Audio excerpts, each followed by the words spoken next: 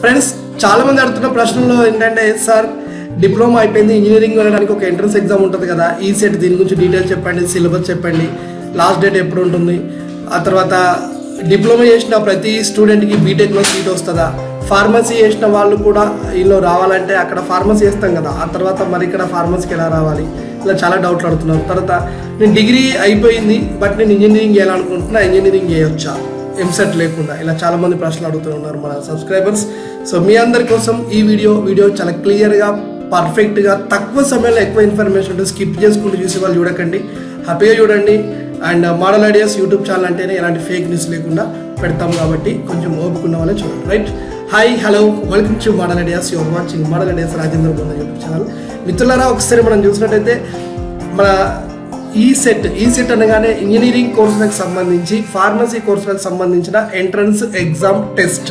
ఓకేనా, right. So engineering common entrance exam test for diploma holders లేదా BSc degree చదివిన వాళ్ళు, వీళ్ళు ఎంచక్క హ్యాపీగా వెళ్ళిపోవచ్చు అనమాట. ఇంజనీరింగ్ చేసుకోవచ్చు, లేదంటే ఫార్మసీ చేసుకోవచ్చు. దీనికి సంబంధించిన పూర్తి వివరాలు ఇప్పుడు ఈ వీడియోలో మనం తెలుసుకోబోతున్నాం. ముందుగా మనకి ఒక డీటెయిల్ నోటిఫికేషన్ చూద్దాం. సో గతంలో పేపర్కి వచ్చినటువంటి నోటిఫికేషన్, దీంట్లో మనకి ఏ డేట్కి అంటే ఇంపార్టెంట్ డేట్స్ ఒకటి చూసుకొని ఇక్కడికి వెళ్ళిపోదాం. సిలబస్ ఇక్కడ నా దగ్గరే ఉంది, ఎగ్జామినేషన్ ప్యాటర్న్ కూడా ఉంది. ఓకేనా, ఎగ్జామ్ ఎలా ఉంటుందో ఇది తర్వాత చెప్పుకుందాం. సో ముందుగా అయితే మనకి ఆన్లైన్లో అప్లై చేసుకోవడానికి జూన్ 8 లోపు అప్లై చేసుకోవాలి. ఓకే, 2022 జూన్ 8 లోపు ఆన్లైన్ ద్వారా అప్లై చేసుకోవాలి. తర్వాత వచ్చేసి మనకు ఎంట్రన్స్ ఎగ్జామ్ డేట్, దీనికి సంబంధించిన డీటెయిల్స్ నేను ఇక ముందు చెప్తుంటాను. అయితే ఈ లోపు మనం ఆన్లైన్ ద్వారా అప్లై చేసుకున్న తర్వాత లాస్ట్ మనకి ఈవెన్ 2500 ఫీజు కూడా లేట్గా అప్లై చేసుకోవచ్చు. ఓకేనా, సో ఇదేం లేదు. ఇకపోతే ఎగ్జామ్ వచ్చేసి మనకి ఏ రోజు ఉన్నదంటే జూలై 13 నాడు మనకి ఎంట్రన్స్ ఎగ్జామ్ ఉన్నది. మార్నింగ్ సెషన్, ఓకేనా, ఈవినింగ్ సెషన్. ఇది కంప్యూటర్ బేస్డ్ టెస్ట్ కాబట్టి 2 సెషన్స్ ఉంటాయి. ఇందులో మనకి అదే రోజు మార్నింగ్ సెషన్ వచ్చేసి ఈసీఈ, ఈఐఈ, సిఎస్సి, త్రిబుల్ వాళ్ళకి ఇక్కడ అనమాట.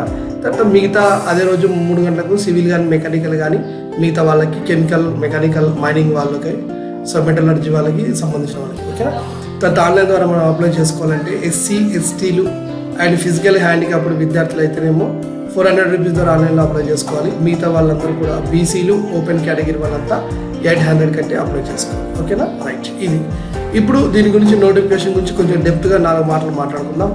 ఇక్కడ ఈ ఎంట్రన్స్ ఎగ్జామ్ అనేది 2 రకాలుగా. ఒకటి, ఇంజనీరింగ్ సెకండ్ ఇయర్లో లాటరల్ ఎంట్రీ, లాటరల్ అడ్మిషన్ కొరకు జరుగుతూ ఉంటుంది. అంటే ఎవరైతే 10th తర్వాత ఇంటర్మీడియట్ చదవకుండా డైరెక్ట్గా పాలిటెక్నిక్ డిప్లొమా 3 సంవత్సరాలు చదువుతారో వాళ్ళు డైరెక్ట్గా మళ్ళీ బీటెక్ చేయాలనుకుంటే వాళ్ళు ఎంసెట్ ఎగ్జామ్ అక్కడ రాయారు కాబట్టి ఇక్కడ ఈ సెట్ అనే ఎగ్జామ్ రాయాలి. వీళ్ళు బ్యాచిలర్ ఆఫ్ ఇంజనీరింగ్ కానీ బ్యాచిలర్ ఆఫ్ టెక్నాలజీ కానీ ఇందులో మనం రావచ్చు. ఓకేనా, అట్లాగే ఇంటర్ పాలిటెక్నిక్తోనే మన ఫార్మసీ చేసే వాళ్ళు ఎవరైతే ఉంటారో ఈ ఫార్మసీ కోర్సులు వాళ్ళు కూడా ఇక్కడికి వచ్చేయచ్చు. తర్వాత డిగ్రీ వాళ్ళు అంటే బీఎస్సీ డిగ్రీ ఉన్న వాళ్ళు కూడా డైరెక్ట్గా ఇంజనీరింగ్ సెకండ్ ఇయర్లో రావచ్చు. కాకపోతే బీఎస్సీ డిగ్రీ ఉన్న వాళ్ళు ఫార్మసీకి రావడానికి ఛాన్స్ అయితే లేదు. ఓకేనా, ఇక్కడ రాసి రావడం లేదు, అక్కడ ఛాన్స్ ఉంది. ఫార్మసీ అనేది ఇంటర్తో పాటు ఎవరైనా చేయొచ్చు. ఇంటర్తో ఎంపీసీ వాళ్ళైనా బైపీసీ వాళ్ళైనా ఎంసెట్ ద్వారా చేయొచ్చు. కానీ ఇక్కడ మాత్రం ఎంపీసీ విద్యార్థులకి ఫార్మసీ ఛాన్స్ లేదు. ఇది మనం గుర్తుపెట్టుకోవాలి. ఓకేనా, సరే. ఇక ఎలిజిబిలిటీ విషయంలో మనకు కామన్గా తెలిసింది, ఏదైనా ఒక సబ్జెక్ట్ బ్రాంచ్ మనం చదువు ఉండాలి. ఇక్కడ మన పాలిటెక్నిక్ డిప్లొమా సేమ్ అదే బ్రాంచ్కి ఇక్కడ మనం ఆప్షన్ ద్వారా అప్లై చేసుకోవాలి. అప్లై చేసుకున్న తర్వాత ఆప్షన్స్ ఇచ్చే దగ్గర మన యొక్క తెలివితేటలను, ఎంట్రన్స్ ఎగ్జామ్ ఉన్న తెలివితేటలను బట్టి సీట్లను కేటాయించడం జరుగుతుంది. అయితే ఎంట్రన్స్ ఎగ్జామినేషన్ విషయంలో మనకి పర్సెంటేజ్ 25%. ఈ మ్యాథమెటిక్స్ బేస్లో ఎవరైతే బీఎస్సీతో దీనికి అప్లై చేసుకుంటారో వాళ్ళకి డిగ్రీ వరకు ఒక 50% మార్క్స్ ఉంటే సరిపోతుంటుంది. ఓకేనా, కామన్ ఎవరికైనా వస్తాయి ఈ రోజుల్లో.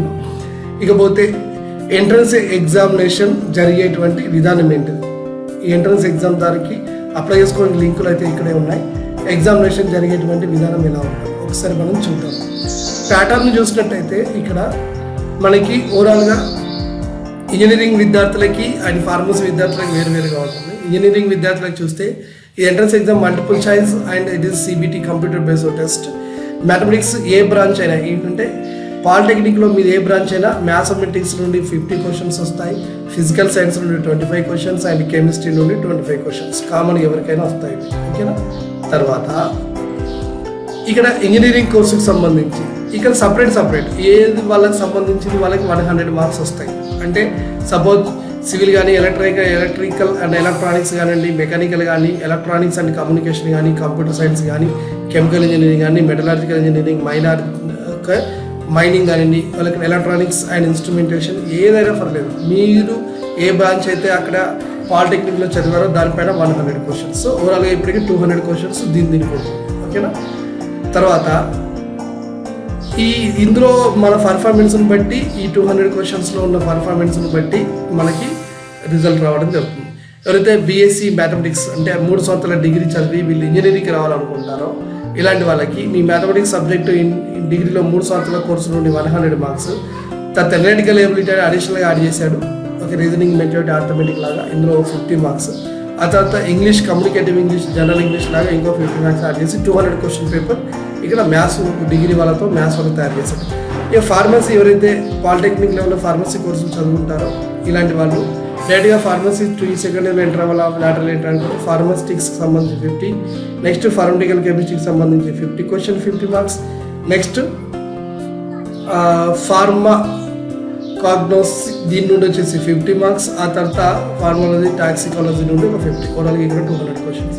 సో 200 క్వశ్చన్స్ మనకి 180 మినిట్స్ ఉంటాయి. సో 180 మినిట్లో 200 క్వశ్చన్ మల్టిపుల్ చాయిస్ ఎగ్జామ్ దీన్ని మనం పూర్తి చేయాలి. ఓకేనా. సిలబస్ ఏముంటుంది సార్, ఇది ఒక పెద్ద డౌట్ ఇప్పుడు.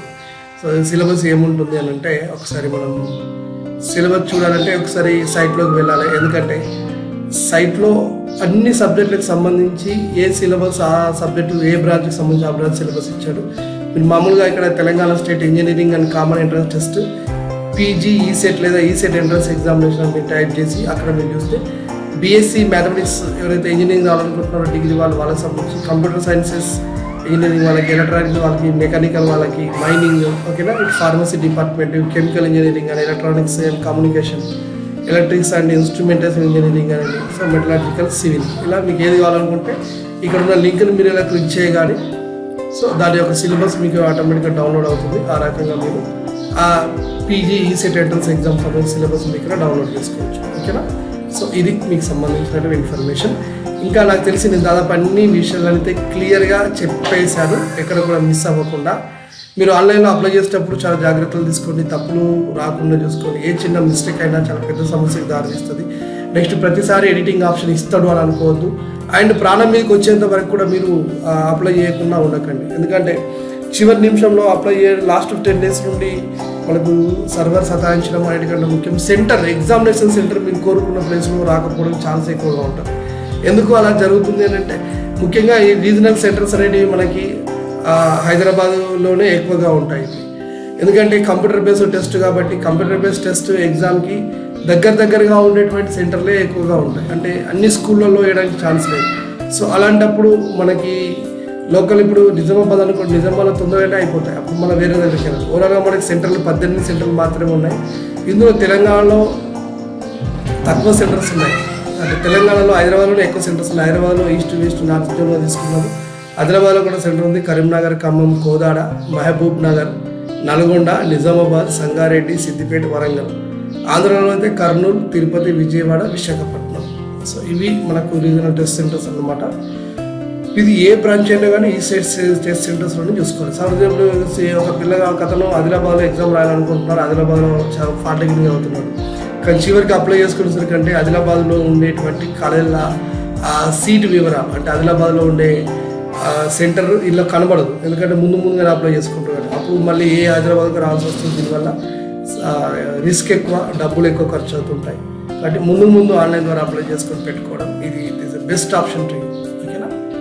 ఇంకా దీనికి సంబంధించిన గతంలో జరిగిన ఎంట్రన్స్ ఎగ్జామ్ యొక్క మోడల్ పేపర్స్ అవన్నీ కూడా నా దగ్గర ఉన్నాయి.